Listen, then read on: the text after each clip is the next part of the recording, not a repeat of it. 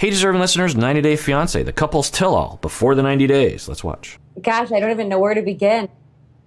I guess my first question for her is, did you love him? Great. Wonderful question. Ben was essentially trying to ask that during the season, and Mahogany avoided the whole affair. So, do we believe that Mahogany, if didn't love Ben, would tell the truth? I don't know, but I am just curious as to what her response is to this. Básicamente, estamos hablando aquí que un hombre de 53 años, tu amigo, está viniendo a verme a mí. Entonces yo quería verificar y tener la certeza de que con Benjamin había algo entre los dos. Okay, I could actually believe that. That was one of my hypotheses. Now, over text, she was saying she loved him and wanted to have his kids and wanted to be married and da-da-da, from my memory. I could be wrong about that. But I think that would make sense. That for Mahogany, she's saying, well, basically he was an older man friend. And she did say that she did date older men in the past. I'm guessing that meant 25-year-olds, not 53-year-olds, but who knows. So she's saying he was a friend that we would talk a lot, and I wanted to meet him to maybe see if there would be something there. Yeah, we would imagine, if that's true, which I could see being true, that it is a massive immaturity to lead someone on and to play around like she was playing house or something about kids and marriage and, you know, ordained by God and all this kind of stuff. I mean, I could be remembering those texts wrong. I mean, maybe it was unidirectional from Ben to her. He was saying, I love you. I want to have kids with you. And she's like, yeah, maybe. But from my memory, she was reciprocating, right? So, okay, I can see that. And then, but why the lies? Why not come clean and say, so we're gonna meet? I'm not as old as I said I was. Why on earth would you ask him for $1,000 then, if you didn't have that level of love or relationship established? Did you send her $1,000? But I did, yes. Okay. I love Benjamin. You had never seen. I'd never seen her. Mahogany. Jessica's saying, all right, if he's just a friend, then why are you asking him for money? Well, I don't know. She could say that she wanted a favor from a friend. Obviously, the line of questioning is going down a road of you were catfishing and have been the whole time, which could be possible. It's, you know, that accusation gets thrown around a lot, that people are trying to scam the Americans. And what I'll say is, in this instance, it seems more plausible than others. You only have seen pictures of her and texts. Right. And you sent her $1,000. Yes. To me, it was worth all the time, which is hours and hours of texting and feeling like for the first time, I think in my life, to be honest, something that felt like love. I think he's being genuine here. I think he's telling the truth. It's foolish beyond belief that you would, you know, if you're not a fool, what would you do? Well, you meet someone, one, you would say, maybe the age gap is going to be a little rough. But beyond that, you would say, wow, I'm having like big time feelings for this person. Hey, let's talk on the phone. And then, no, I'm busy, or I don't have minutes. And then maybe you try a couple more times, and a non-fool would say, well, wait, what's happening right now? They would, you know, they might still have their heart involved, but there should be some indication like, wait, no phone call at all, ever? What if I sent you $10? Could you get a phone card for that? And can we talk? And, but because he is either naive or foolish or so desperate for love that he will ignore any indication that it's not really happening. You know, I've provided this conceptualization before, like with Darcy, there are, particularly in the beginning of a relationship, there will be indications that maybe this isn't going to work, but she will downplay it because she's just so desperate for it to work. We've seen this with many other individuals. it's normal to do that. So was it that? But you would just think by the time you're in your 50s, you should have some indication of, it's interesting. If he was 75, I would say, well, when you're older, you don't really understand how the internet works or texting. I mean, certainly some people do, but you're more susceptible to that lack of knowledge. But his age, he's my age, so I would expect that, especially when your family and friends are telling you other kinds of things. But I do believe him, that for him, he was like, I was so in love, perhaps for the very first time. And I could see that. He's in the cult. He gets married right away. At the very least, he might frame his marriage with his previous wife as, because it could have been bad. Because one of the things that happens to long-term relationships when they get sour over time is you actually will have a hard time remembering what it was like in the beginning. In fact, it's one of the indications that John Gottman and colleagues found about couples that have gone down a road of resentment and pain and are about to break up, is that they have a hard time remembering why they were with the person in the first place. So they would ask couples, and you can play along, what was it like in the beginning with your partner? What were your feelings toward them? Were you in love? Why did you want to be with that person in the beginning? And for couples that are that have not gone down a road of negativity, like me and my wife, if I were to answer that question, it'd be pretty elaborate. But in brief, I would say it's because of how nice she is, how fun she is in the beginning, how attracted I was and am to her, how easygoing she was. That was a big thing that I like nice, easygoing people. I don't like things to be complicated. So how attracted I was to her, in terms of just energy wise, how she made me feel, how our culture, we're very similar. We're similar age. We grew up in the same neighborhood generally. We have similar touchstones regarding culture. I had a growing feeling over time of I did not want to lose her in the beginning. I noticed that about myself. I was like, oh, I want her to not leave me. There's all those things. And whereas if other couples, when they go down roads of negativity, what you hear from them is like, I don't know, I was young and stupid, or I don't know, it just seemed like the best thing to do, or I don't know, they tricked me into liking them.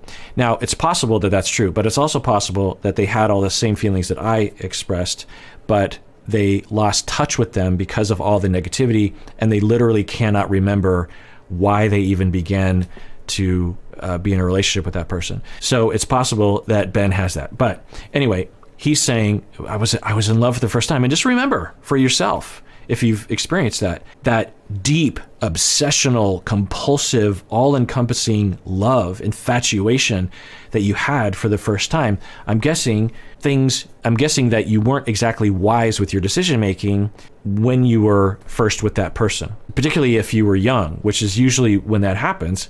And that's the glory of youth, is that you can make all those mistakes like he's making now, but in the context of you're still a child and you're not going to ruin your life in the process. Whereas when you do it when you're in your 50s, it can be sort of disastrous. Life, to be honest, something that felt like love, even if it wasn't real, for the first 2 or 3 months that we spent together, completely worth the money. And you had never talked on the phone? No. I think we had one conversation on the phone, maybe 2. Yeah, I get Sean's exasperation. Like, dude, what? But, when you're desperate for love, you'll do a lot to, especially if it's just little things, you're not sacrificing big parts of your life. All it took from him was to continue texting. And I'm guessing $1,000 isn't going to break his bank account. So it's just, there's not a lot of sacrifice to it. And he even said, it's like, it was worth every penny because it felt so good. And I don't know, but I'm guessing that he might say, I'm just glad I had those 3 months. Yolanda said something similar about Williams, that, and I know it's hard to maybe empathize with this or to feel it, but I empathize with it tremendously. That I think Yolanda might have said something like, even though I know it was a scam, I still look fondly back at that time because I don't know if Yolanda was saying this or someone else, but the point is like, it just felt good. It felt good I woke up with an optimism and a sense that I mattered and a sense of connection with someone else, even though it wasn't real. It felt good to have that for a while. Whether she was real or not, I had a heart for whoever was texting me, and the time that we'd spent was worth it. As dumb as this might sound, I was all in. Okay. You know, wouldn't you want to at least video chat with her at least once? Or Yeah, these are good questions. I'm glad people are asking him just to get more clarification. I think if he were to be honest, Ben would say something like, well, yeah, of course. And I was really asking for that. And when she wouldn't allow that to happen, I guess there was a small part of me that wondered if this whole thing was fake, but it just felt so good for the first time in my life. I didn't want to believe it. And so I just denied the whole thing. Let's see what he says. a couple of times to make sure she's absolutely real. That's what everyone keeps saying. She said that she was really shy and didn't want to. And that was good enough for me. I want to say something. Yes, I want go to ahead. say something because this is not true. There was no like, give me $1,000. Was a borrow. Yeah, she said she wanted to borrow. Yes. Because I want to keep it back. Yeah, I mean, it's possible. Is it likely that that's true? I don't know. I wouldn't put money on it, so to speak. But it's possible. I have no reason to disbelieve her. I don't have a ton of reason to believe her, but I don't have any reason to think that she's lying about that. And he say no. Why Benjamin don't say this? I don't understand, Benjamin. And I don't understand your friend. I'm sorry. First of all, why would you not ask your parents for a loan rather than the man that you've never met online? I found your Instagram and your Facebook page, and it was nothing but provocative photos, you in a bikini. I don't understand that last point. I mean, her Facebook pictures could be whatever she wants it to be. But that is a good point. It's like, if you needed money, why didn't you ask your parents? Now, maybe Mahogany will say, well, my parents don't have that kind of money. $1,000, though, is a lot of money to borrow. Maybe there's an explanation for that. Who knows? So how is it that you're too shy to FaceTime the man that you love, that you're asking for a loan from, but you're not too shy to portray yourself promiscuously for the rest of the internet to see? Promiscuity, that's pretty problematic. If someone has a picture of themselves in a bikini, that doesn't say anything about their behavior. I hope that people understand that. The other thing is, too shy? If, again, just the foolishness, the massive level of foolishness that Ben exhibits here. But again, when you're in love, and it's the same foolishness that Yolanda exhibited, the same foolishness that Caesar, when you look at these individuals, I hope that y'all can see people who are suffering, they're lonely, they don't have perhaps other options, they're recovering from things. Yolanda was recovering from the death of her long-term husband, and it's not as if the person is some kind of judgeable, that we would judge harshly, but it is extremely foolish regardless. And to say, hey, future wife of mine, future, us having kids together, you love me, let's talk on the phone. No, I'm shy. Huh? That should immediately be a massive red flag for, oh, this is a child. Like, yes, she's an adult, but, because just imagine anyone else in this show doing that. Gino and Jasmine are texting, and Jasmine's like, I'm too shy, I don't want to talk on the phone. Too shy? I thought she would have been saying, my parents won't let me, because that would at least provide some understandable barrier, right? But I'm too shy? Yeah, Ben. And then it just indicates like, well, you're not too shy to say you love me and you want to have kids with me. So, yeah, I don't know what to think. What do you think of that? I respect you that you don't believe me. Mahogany, don't worry about it. She can say whatever she wants. You're young, you're pretty, you're beautiful, you're talented, you're smart. That's my Thank advice. you so much. Jessica, when I was with these filters in Instagram, with these photos, I was like, young woman, 20 years. I mean, you are more mature than mine. There's just so many odd things about this. So Jessica says, I don't believe you. You're too shy. That doesn't make a lot of sense. And then Mahogany says, I respect that you don't believe me, but that's the way that it was. You would think there'd be a little bit more explanation there, like I have social anxiety or I don't know, something. And then Jasmine is, you're beautiful, you're talented, you're wonderful. Where's that coming from? And then Mahogany, what does she say there at the end? Thank you so much. Jessica, when I was with these filters in Instagram, with these photos, I was like, young woman, 20 years. Yeah, so she's 22 now. And 21 when she started communicating with Ben. I was a young woman. I was 20. I don't, it's just like, this either makes sense to Mahogany and is valid foundation for the claim that she's, but the other thing is like, okay, I'm a young woman, I'm immature, I'm using these filters. You were using the filters while you were talking to Ben. So where, I don't know. I don't know what is happening.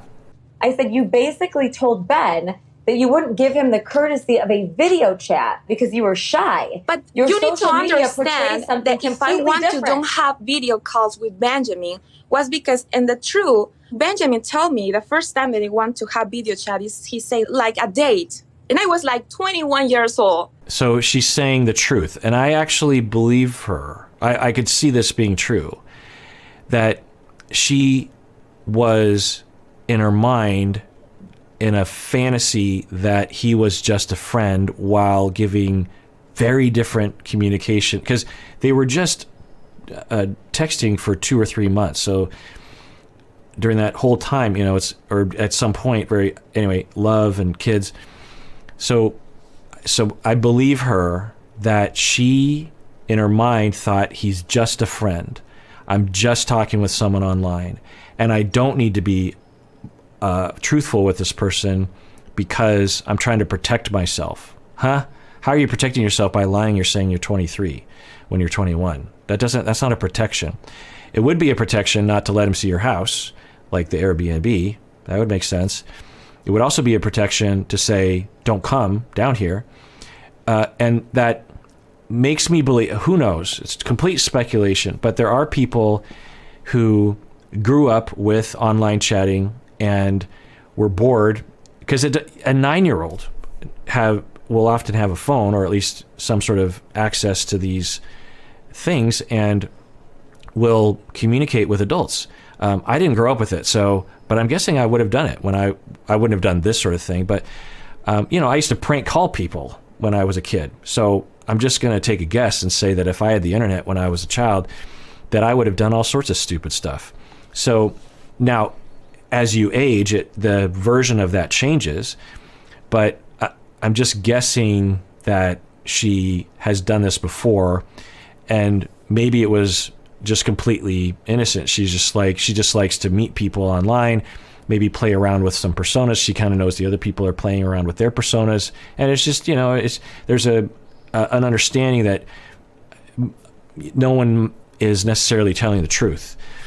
So I don't think that's a good thing. It just makes me an old person. But anyway, so we can see that happening.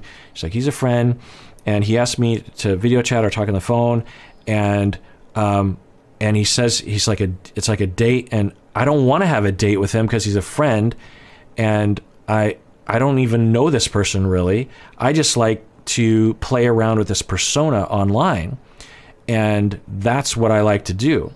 So, and it's possible, again, I have no indication of this, but it's possible she had dozens of older men or people that she was doing this with, and it was just something to do. And in her mind, you could imagine, because you're all alone and there's no one looking over your shoulder, that you could go down a road of just leading people on and lying to people, and slippery slope. At the end of that road, you're just flat out lying to people. Whereas in the beginning, you're like, well, I'll just lie this a little bit, and then you get used to that. And, I'll lie about this, and So when she says, I didn't want to talk to them on the phone or have a video conference, it's because I didn't want to date him, even though now hopefully someone will follow up, if true, to say, well, if you didn't want to date him, then why were you saying you were in love with him and wanted to have kids with him? I don't want to have like date like old men like that because my English, can you see, it's not that, it's not good. She has boundaries. If she says, I don't want a video chat for any reason, I need to respect that, and I'm going to be cool with it. Good. You could have followed that principle at the end of the season with the car when she was like, I don't want to talk, or she was giving all the at least nonverbal communication of I don't want to talk to you anymore. Cool. And it should have been an alarm to you, Ben, that this wasn't the way that you saw it. And I'm glad that she's actually being asked questions, and I think she is being truthful with some of this. Who knows? But that she didn't really want to be with him, and he was just a friend that she was just borrowing $1,000, asked to borrow $1,000 from. So along the speculation, is it possible? And I have no indication, and I don't want to. I'm not accusing her of this, but just the speculation. Because we understand that we're just seeing a slice of these people's lives. Is it possible that Mahogany has more than once had older friends who she has borrowed money from? Possible. It's also possible it never happened. It's also possible she fully intended on paying the money back. What do you think?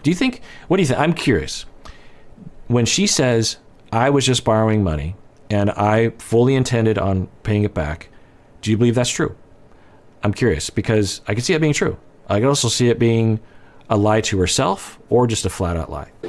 I've got questions that need to be answered. That is Malanga's. This is the first place that I met her. And so we agreed to start over. So it's going to be like the first time I saw her.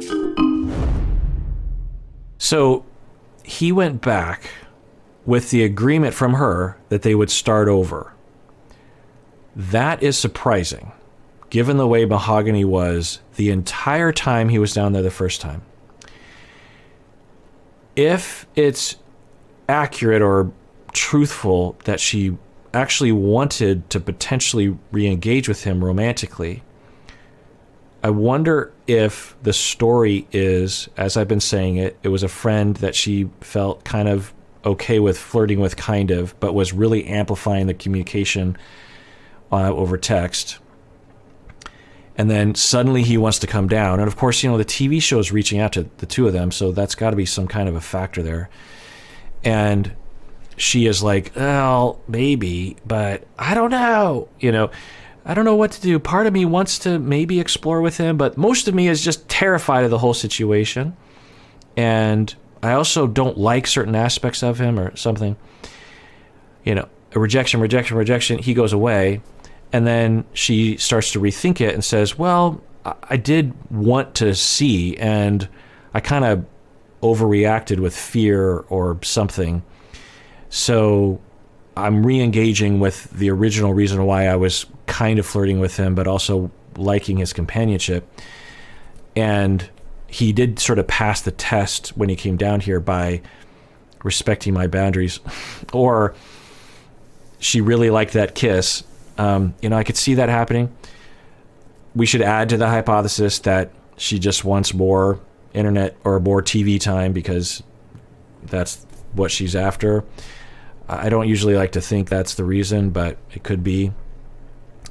It could also be that Ben has effectively brainwashed her somehow. It seems unlikely given how everything panned out, but I'm confused because I did not think Mahogany would ever want to talk to him again. Okay, that was interesting. Supposed to meet at Malanga's, then she changed her mind. So I walked over to the beach and miraculously I found her. She was right there. It was awkward. Wait, what? Now maybe she'll say, hey, he went to the wrong place. But the way it sounds is he was stood up after flying to Peru again, and then just started wandering around and ran into her. And it was an awkward conversation. Again, Ben, just go home. Go home. It was cold and just very distrusting. I think she's very scared to fall in love, deeply in love. I think she loves me, but not in love with me. I don't Yeah, normally I would say, Ben, no, but the fact that she re-engaged with him and invited him down this time, I don't know. What is going on here? So after he goes home, it's over. They start, she either replies or something, they re-engage. She invites him down and says, I will meet you. He arrives, she ditches him. Just imagine that. You ask someone to come to your country and you just completely ditch them. Now, is it social anxiety? Does she have some sort of massive fear that would explain it? Like, oh my God, I don't know what to do. I don't know what to do. I'll go over here. I don't know what to do. And oh my God, there he is. Like, that would explain it.